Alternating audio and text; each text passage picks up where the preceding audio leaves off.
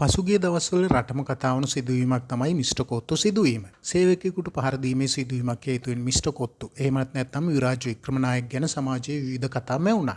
ඔහුට මේ ගැන සමාජයේ බොහෝ දෙනෙකු චෝදනා කරන්නටත් වුණා.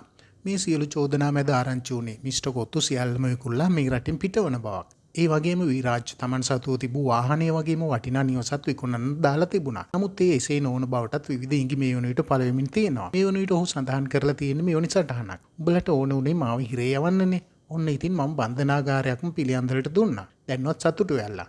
ඔන්න අගෝස්තු 20 පස්සේ බන්ධනාගාර ගත වෙන්න සූදානම් වෙන්න කියලාත් ඔහු කියලා තිබ්බා. එහෙම කියලා තින්නේ විරාජ් අලුත්ම රෙස්ටොරන්ට් එකක් ගැන වගේ තමයි ආරංචිය. ප්‍රීසන් කියලා ඔන්න අලුත්ම සැලසුම් කරලා තියෙනවා කියලා තමයි දැනගන්න තියෙන්නේ. කොහොම වුණත් පිළියන්දල මිස්ටර් කොත්තු එක මේ විදිහ නම් ඔයාලයි තියෙන්නේ. ඉතින් පිළියන්දලාවට ඉන්න ඔයාලටත් පුළුවන් මේ අලුත් අත්දැකීමත් එක්ක එකතු වෙන්න.